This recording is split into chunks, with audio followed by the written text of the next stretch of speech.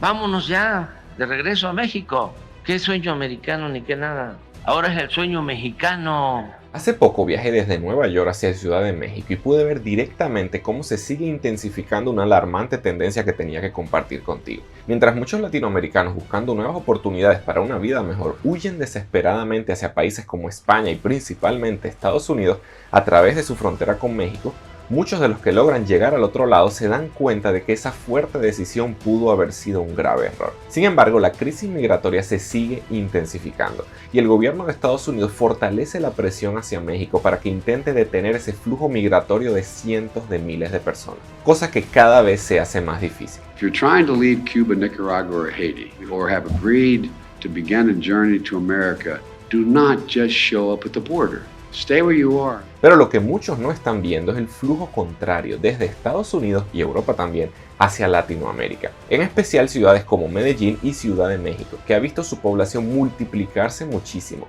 millones de personas llegando desde Estados Unidos de visita, pero miles de ellos quedándose a vivir, como lo podemos ver en el número de visas de residencia que solicitan año tras año.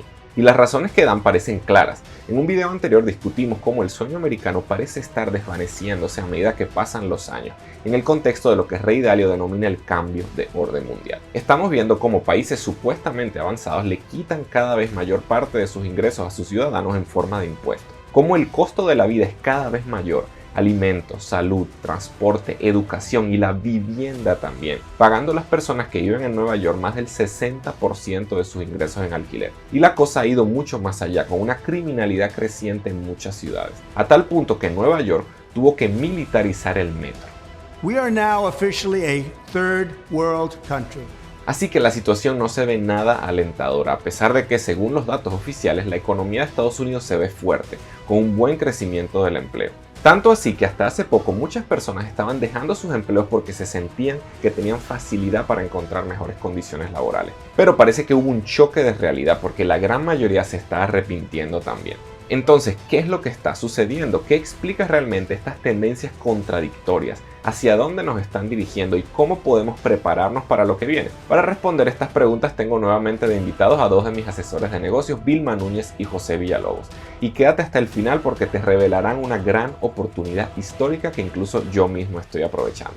But one thing we all know is the middle class has been dealt out of the American dream for too long. It's a receding dream. No es lo mismo emigrar a un país en época de bonanza, cuando el crecimiento es continuado, cuando hay una inflación baja, cuando los tipos de interés son bajos para comprar un coche, una casa, ¿no? Que con las hipotecas bien altas, que con la inflación tan alta, que con los precios que no pagan lo que deberían de pagar. No es fácil nunca emigrar a un país o irnos del nuestro, y mucho menos cuando las situaciones son no difíciles, pero sí, pues más difíciles quizás que en otros escenarios, ¿no? Y creo que eso es algo que bueno, que tenemos que tener en cuenta. También es verdad que el mundo pinta el sueño americano, ¿no? Que uno llega aquí y se va a hacer millonario de un día para otro sin hacer nada, ¿no? Y luego la realidad es muy diferente, requiere mucho trabajo, requiere también buena suerte, ¿no? De buenos ecosistema, contactos, conocimientos, pero sí, ¿no? Las cosas no son siempre tan fáciles como se pinta. Yo lo que sí que creo es que no es que seamos impulsivos, muchas veces no, pero la parte del gran arrepentimiento, pues al final si hay muchas personas que están trabajando en algo que no es pasional, que algo que no les gusta, que es la grandísima mayoría de la sociedad y que no tiene nada de malo, ¿no? Pero simplemente quizá estamos en una época o estábamos en una época en donde todo iba un poco mejor, más bonanza, quizá lo que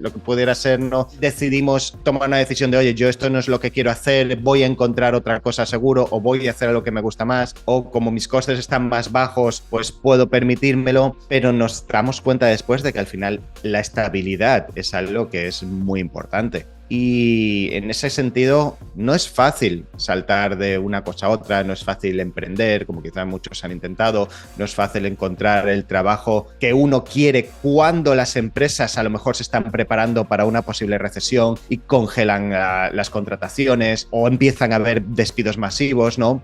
Entonces, quizás si hubiera sido ese dejar tantos empleos, ¿no? En una fase de bonanza, de crecimiento económico, quizás no hubiera un great regret. Pero teniendo esta fase de miedo, donde la industria tiene ese miedo de que no sabemos qué va a pasar, es verdad que las contrataciones, pues muchas empresas dejan de hacerlas, y creo que por ahí pueden ir un poco los tiros, ¿no? Pero sí es verdad que al final estas condiciones de inflación, de hiperinflación, ¿no? Pues afectan muchísimo al bolsillo, afectan a la sociedad, bajan el poder adquisitivo y sobre todo, pues bueno, afecta a los empleos medios y bajos, ¿no? Que dificultan mucho esa parte de la sociedad. Sobre todo en Estados Unidos, la economía de Estados Unidos, hay familias, un montón de familias que están los fines de semana, trabajo extra haciendo esto. Entonces estamos hablando de múltiple empleo. Grant Cardone también lo mencionó en su último entrenamiento, de que ahora las personas pues no solamente se conforman con su empleo normal de lunes a viernes, sino hacen cosas extra. Hay alguien que sale del trabajo y se mete a hacer Uber, hay alguien que luego el fin de semana se ponen a hacer otro tipo de cosas, y yo hablo con ellos y le digo,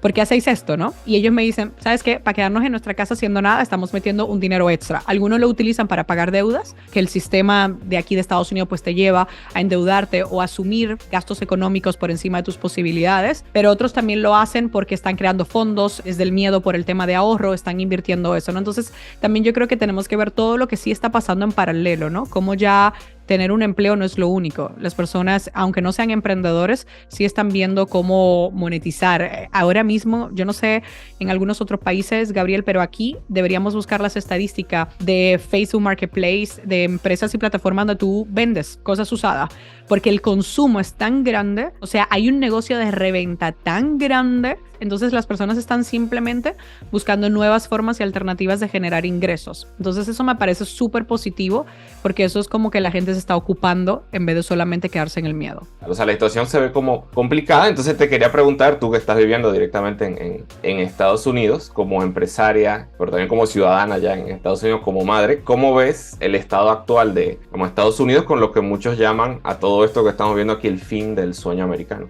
Bueno, imagínate qué linda pregunta, porque yo me presento siempre con los americanos, sobre todo gente muy exitosa cuando voy a Mastermind, como que mira, yo soy el sueño americano. O sea, yo fui la inmigrante que llegó, que trabajó, que pagó taxes desde el primer año, ¿vale? Y que hoy vive del sueño americano, y me encanta que lo pongamos desde ese punto de vista. Y yo no sé, pero aquí hay como una realidad paralela. Yo, por ejemplo, uno de los bancos que manejo a nivel económico para mis empresas y para una parte de mis finanzas personales es Wells Fargo. Y el mismo día que pasó lo de Silicon Valley, ¿tú sabes lo que pasaba? Wells Fargo te mandaba de que si tú no ves tus números bien, no te preocupes, que hay como un glitch. O sea, tú imagínate.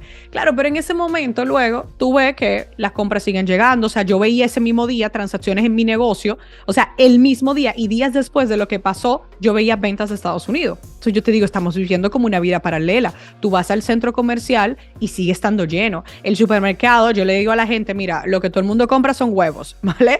O sea, los huevos que costaban 5 ahora cuestan 8 y 9. O sea, la leche de mi hija de 5 también subió a 9. O sea, sí, eso es real. Pero yo no sé si realmente, después de lo que vivimos hace unos años, estamos dispuestos como consumidores, como ciudadanos, a dejarnos limitar, condicionar por esto. Porque yo te voy a decir la verdad, sigo viendo amigos que aunque la tasa de interés es tan alta, están comprando. Sigo viendo personas que en medio de la crisis ven la oportunidad. Y eso lo veo a nivel corporativo también. Yo estoy viendo que mientras más se quejan otros, nacen nuevas empresas. Estoy viendo que sí se han congelado fondos de inversores para startups, pero hay otras startups que sí están levantando capital, que son lo que tú decías, que lo que se están ocupando, porque en esta economía hay unos que van a llorar y van a tener que comprar pañuelos, y hay otros que van a vender los pañuelos a los que lloran. Entonces sí es verdad que estamos viendo todo esto, pero yo no veo una desmotivación. Yo veo a la gente con un consumo habitual en todos los lugares, veo los aeropuertos muy activos, y te voy a decir algo, como conferencista internacional estamos teniendo problemas con las productoras por el alto coste de los billetes.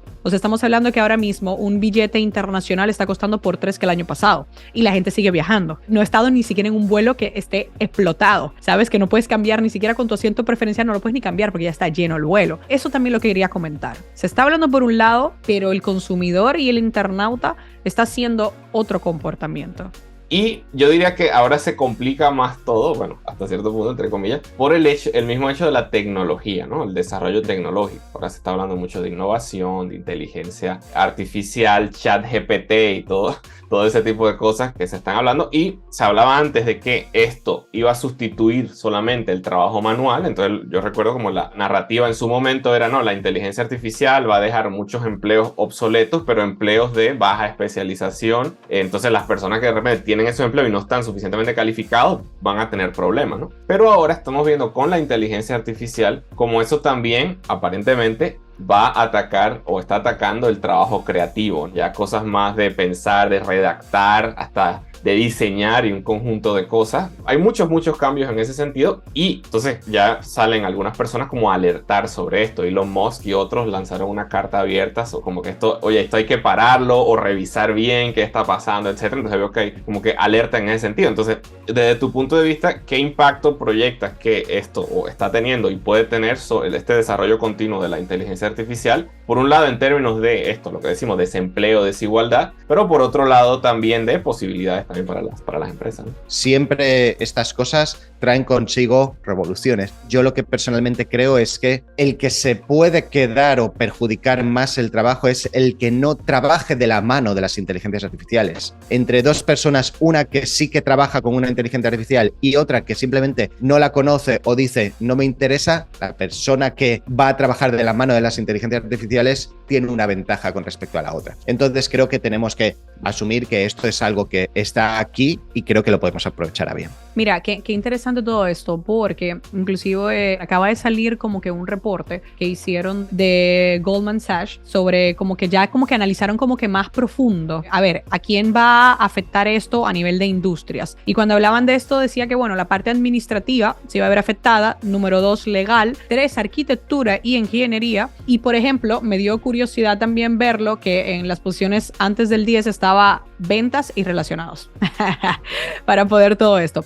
Bien, todos esos son datos y lo estamos poniendo y está bien. Yo entiendo también lo de Elon Musk de que esto está yendo muy rápido porque de verdad esto es como una revolución, así como fue en el pasado la revolución industrial que hoy estudiamos en los libros de historia. Pues esto yo sé que mi hija cuando sea adolescente va a estar en sus libros, ¿sabes? Porque esto es algo histórico, pero realmente también hace años que hay software con inteligencia artificial, solo que ni siquiera lo sacaban a mencionar porque a nadie le importaba, porque nadie lo entendía. Entonces yo digo, tenemos que estar conscientes, tenemos que estar preparados, tenemos que comenzar a integrarlo en nuestro día a día. Claro que sí. Estoy 100% de acuerdo. Bueno, y justamente ya estás planteando como oportunidades específicas o cómo adaptarse a todo esto, no viéndolo desde el punto de vista del miedo, sino de dónde están esas oportunidades y qué podemos hacer. Entonces, con este panorama, digamos, tan complejo que estamos viendo, ¿cómo puede una persona, vamos a decir, común y corriente, adaptarse, prepararse a todos estos cambios y cuáles serían para ti las mayores oportunidades hoy en día con todo esto? Es importante entender en qué afecta nuestro trabajo a la economía de la empresa. Todo forma parte de una cadena de producción de valor. Tenemos que ser capaces de pensar, vale, yo hago esto y ellos ganan dinero por esto, esto y esto. Una vez identificamos esto, podemos maximizar y aprender otras áreas que están a nuestro alrededor y decir, oye, pues resulta que mi trabajo se puede ver favorecido si esto, esto y esto se estuviera haciendo mejor. Entonces, el entender, el abrirnos, el saber exactamente cómo funciona este proceso de producción de valor de las empresas y dónde encajamos en ellas nos va a permitir hacernos más valiosos, porque vamos a saber qué esperan de nosotros, cómo podemos aportar más, y eso no quiere decir trabajar más. Simplemente al entender mejor en la maquinaria en la que estamos montados, vamos a poder tomar mejores decisiones, vamos a poder hacer cosas que influyan más a la empresa, que les den más valor, ¿no? Y creo que eso lo podemos hacer todos. Yo también, yo cuando estaba de empleado y muchas veces he ido a trabajar y simplemente pues, bueno, me han dicho que haga esto, hago esto, pum, pum, pum, ¿sabes? Pero no pienso, miro más allá de cómo favorecer a la empresa, porque a lo mejor tampoco estoy contento con el salario que me están dando o lo que sea, ¿no? Pero sí es verdad que una buena manera también de crecer hacia arriba es demostrar esa capacidad y ese entendimiento, ese conocimiento sobre lo que les puede beneficiar, cómo nuestro trabajo lo podemos mejorar para hacernos más valiosos. Y en ese sentido, ¿cómo entra la invitación gratuita que tienes para la audiencia? Bueno, nosotros, por ejemplo, tenemos ahora un entrenamiento en donde creemos que estamos en una situación revolucionaria, tenemos una gran oportunidad con todo lo que está ocurriendo hoy en día con las inteligencias artificiales, abaratar el coste de hacer marketing, de poner el alcance de todo el mundo herramientas que antes estaban solo para los más grandes, ¿no? Y para eso hemos hecho un entrenamiento de 3 días gratuito, un taller intensivo donde vamos a enseñarles cómo pueden aprovechar esta oportunidad, cómo pueden conseguir mejores resultados en las empresas, en sus trabajos y cómo pueden subirse a esta grandísima tendencia que está ocurriendo, la que creo que quien no se suba va a tener una desventaja con respecto a sus competidores. Y para obtener esas habilidades necesarias para subirte a esta tendencia y prepararte para lo que viene, regístrate al entrenamiento gratuito. Yo lo estaré haciendo también, el enlace está en el primer comentario. Y para ver nuestro análisis anterior con Vilma y José, mira el video aquí. Soy Gabriel González Florentino, el economista youtuber, y recuerda que todo sistema tiene su método y el método funciona.